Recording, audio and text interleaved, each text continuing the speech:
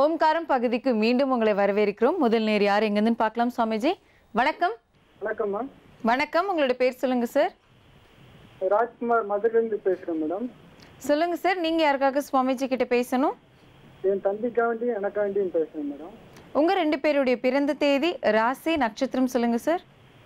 என் தம்பியோட பேர் வந்து ஸ்ரீ ரமேஷ்குமார். சிம்ம நட்சத்திரம், சிம்ம ராசி, பூர நட்சத்திரம்.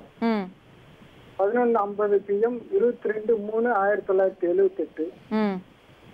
இவருக்கு வந்து மேரேஜ் அலைன்ஸ் பார்த்துட்டு இருக்கோம். அவர் வந்து செட் ஆக மாட்டேங்குது. என் பேர் வந்து ராஜ்குமார். கன்னி ராசி, உத்திர நட்சத்திரம், 2ஆம் பாகம்.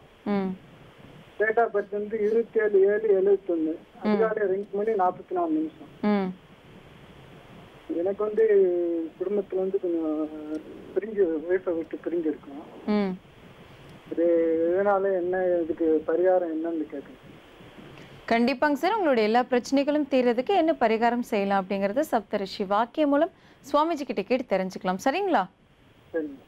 சொல்லுங்க. வணக்கம் சாமிஜி. நமஸ்தே. நீங்க வீட்டை விட்டு எப்போ பிரிஞ்சீங்க?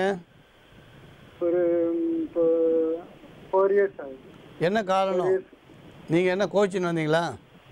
இல்ல அம்மாவுக்கும் எனக்கும் கொஞ்சம் பிரச்சனை ஆச்சு. அதனால வீட்டை விட்டு பிரிஞ்சிருந்தேன். என் பேச்சு கேட்டு எங்க வீட வர்றதுனால கொஞ்சம் பிரிஞ்சிருக்கேன்.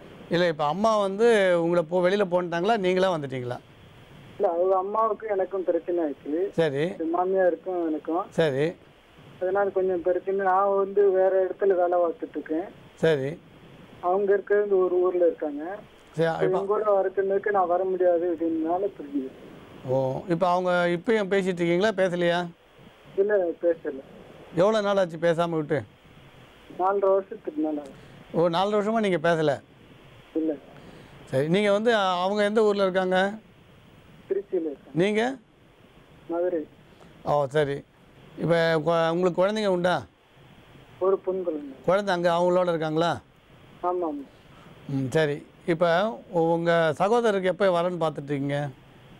ஒரு 2-3 வருஷமாக பார்த்துட்டுருக்கோம். சரி. இப்போ வந்து நீங்கள், ஆனால் இப்போ நீங்கள் சேரணும்னு தானே நினைக்கிறீங்க? ஆமாம் சாமி. அதாவது அவங்க வேலையை விட்டு உங்கள் இடத்துக்கு வரமாட்டேன்றாங்க மதுரைக்கு. ஆமாம் ஆமாம். நல்ல வேலையில் இருக்காங்களா?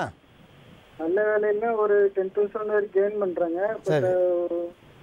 அம்மா தான் முக்கிய காரணம். இல்லை, அம்மா முக்கிய காரணம். அவங்க தான் வேலையை விடக்கூடாதுன்னு சொல்கிறாங்களா? இல்லை, அவங்க வந்து அங்கே வந்து இருக்கணுன்றாங்க. உங்களை வர சொல்கிறாங்களா? ஆமாம். ஆனால் உங்களுக்கு வேலை கிடைக்காது இல்லையா அங்கே? அங்கே அந்த அளவுக்கு இங்கே கிடைக்கிற மாதிரி சம்பளம் அங்கே கிடைக்கும். சரி. இப்போ உங்களுக்கு உங்கள் பிரச்சனை தீர்ந்து 2 பேரும் ஒன்றா இருக்கிறதுக்கான பரிகாரம் என்னன்னு சொல்கிறோம். உங்கள் சகோதரர் திருமணம் சுபகாரியம் கூடி வரத்துக்கும் என்ன பண்ணலான்னு பார்த்துடலாம்.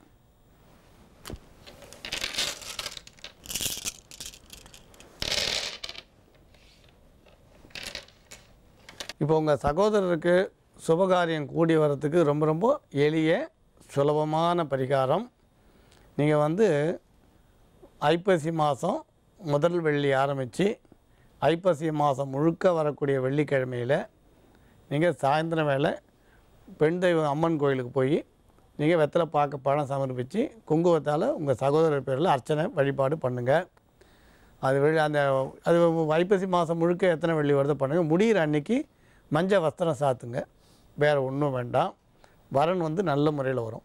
பெண் பேசுகிறது வந்து உங்கள் சகோதரர் ஜாதக ரீதியாக புதன்கிழமை பேச வேண்டாம். அதேமாதிரி பெண் பார்க்க போகும்பொழுது சப்தரிஷி வாக்கியப்படி பெண்ணை வந்திருக்குன்னா க்ரீன் கலர், பச்சை கலர் ட்ரெஸ், அவரோட ட்ரெஸ் உடையில் வந்து பச்சை கலர் இல்லாமல் பார்த்துக்குங்க. அதுமாதிரி பெண் பார்க்க போகிற அன்றைக்கி ஏதாவது ஒரு அம்மன் கோயிலுக்கு போய் வழிபாடு பண்ணிவிட்டு போங்க. தடைகள் நீங்கி சுபகாரியம் நல்ல முறையில் கைகூடி வரும்.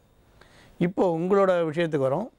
எப்பயுமே அடிக்கடி சொல்லுவோம், இறங்கி போகிறதுலையோ நம்ம மன்னிப்பு கேட்குறதுலையோ குடும்ப உறவுகளில் எந்த தவறும் இல்லை. அதனால் விட்டு கொடுக்கறதுன்றது ஒரு பெரிய பலம்.